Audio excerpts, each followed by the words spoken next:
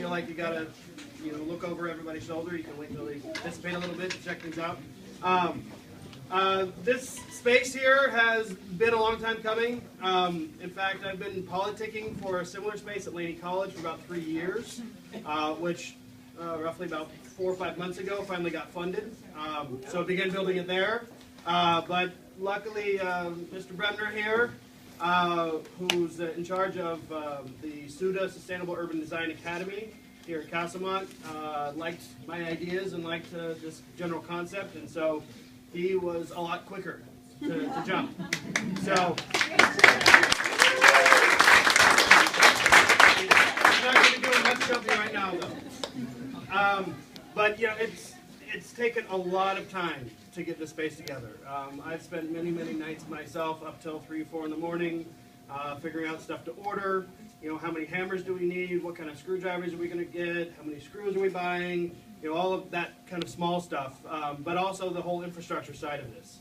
And it definitely wouldn't be possible with, there's probably 20% of this room has actually been here on the weekends helping me to build the space out. So, it's really about kind of the community of folks that I've been affiliating myself with that have, showed up to support. So we've done probably about a half a dozen weekend builds where I just put a call out to all my friends and say, hey, we're doing this. Is anybody down to show up? And I usually get anywhere from 8 to 20 people showing up on a Saturday to help with this stuff. But it's, my primary motivation for doing all of this in the first place was to provide other alternatives to kids. I believe that a 4-year college track is important, but it does not fit with all students. Because we've been focused much more on that in our educational system, we've thrown out all of the 2-year tracks and everything that doesn't require college as well. And so that's, kind of my primary motivation is actually bringing this idea of shop class back into the classroom, because there are tons of careers out there that use these types of skills. And if you can expose a kid to, expose students to these types of tools, these types of processes, then they'll make the best engineers. They're going to make the best architects because we've shown them how to build. They know how to make something. They know how to produce something. Spaces like this can really provide that value. And some of you may or may not know, but my primary focus for building this space is building a bridge. And so I'm building a matching lab at Laney College right now that is meant to be a physical bridge. So we'll be able to introduce students to concepts into the programs that we teach at that college, and kind of start them off here and get them interested. Because most of those students didn't even know that they could be a carpenter or a contractor or a welder or an electrician. They haven't been informed that these are career opportunities for them. So, it's my focus to at least provide those opportunities to those folks. So, I don't know if Tim wants to say a few words.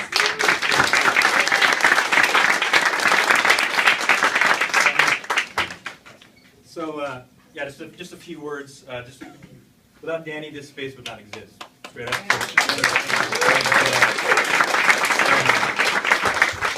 Just to kind of give you the big picture, so SUDA, this program here is a career pathway at Castlemont High School.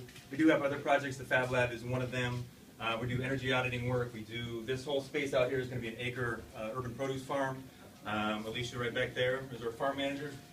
So we're going to be rocking that and just waiting for spring to come around. So you'll see next door we have our Guns to Gardens program, which is the aquaponics program that we're building on that space. We have a couple of our guys going to be doing hydroponics. We have Eric and Ashella right here going to be working on them. So a lot of community partners, or the Empower folks here, other folks, right? So I just wanted to point out some of, again, Daniel's talking about community and what it really takes to make this happen.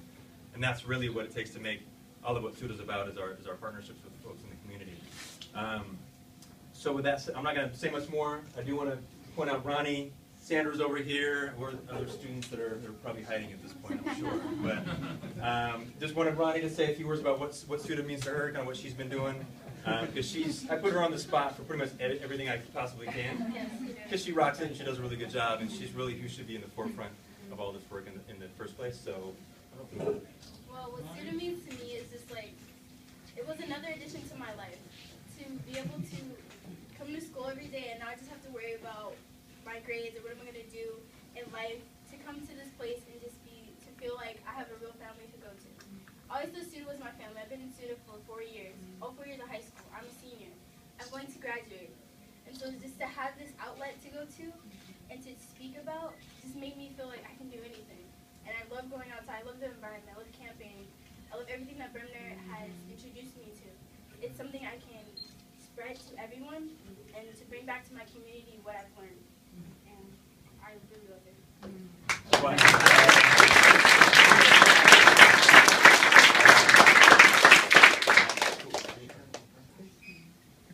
Hi everyone, my name is Annie Campbell Washington, and I was recently elected to the City Council, and I just recently stepped down from being a school board member.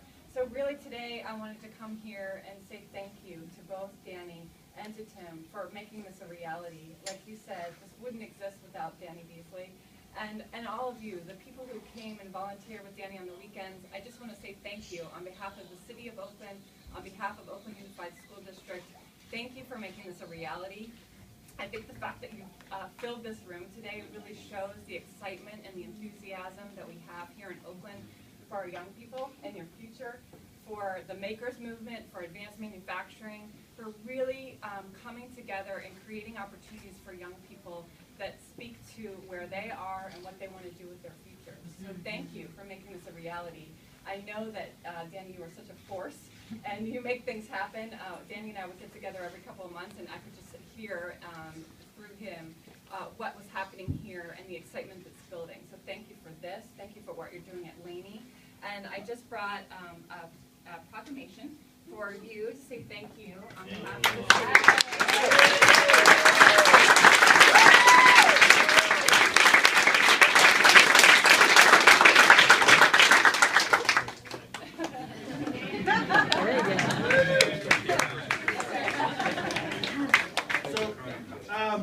I also do want to say thank you to a few specific people. Gary Yee, as soon as we connected, probably about 8 months ago or so, he has been my #1 champion for getting this space moving. As well as Cynthia Correa.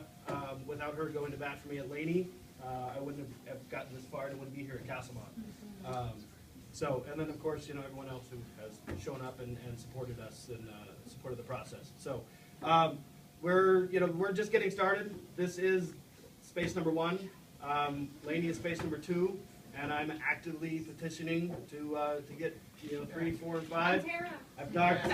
I've been working with Montera Middle School up in the hills a little bit, and I've also been chatting with McClymonds High School about bringing a space in over there. So it requires a lot of support, and that's not just the support of my fiance at home. It requires support of the community as well as the school district to really kind of get behind this stuff. But you'll be very surprised at the types of things that your students here can begin to produce. I wanted to share one particular project. Gentleman in the back, Chris, you may see him walking around. Is Chris here? Okay, he's there somewhere. Kind of hiding a little bit. But this project here, this is a sword that he carved on a machine that we've got called a carve-right. He approached me. He came to me and asked me, he said, "Hey, I want to make a sword." And I said, "Okay, we're not going to make a real sword." So kept that out right away. So this is Chris.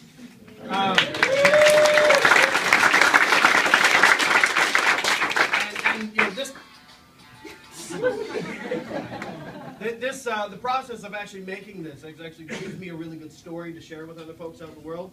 But I commonly refer to this as the sword and the CNC machine, because Chris really persevered, and this has always been my intention for this space is introducing students to the ideas and the concepts and giving them the tools to do it themselves.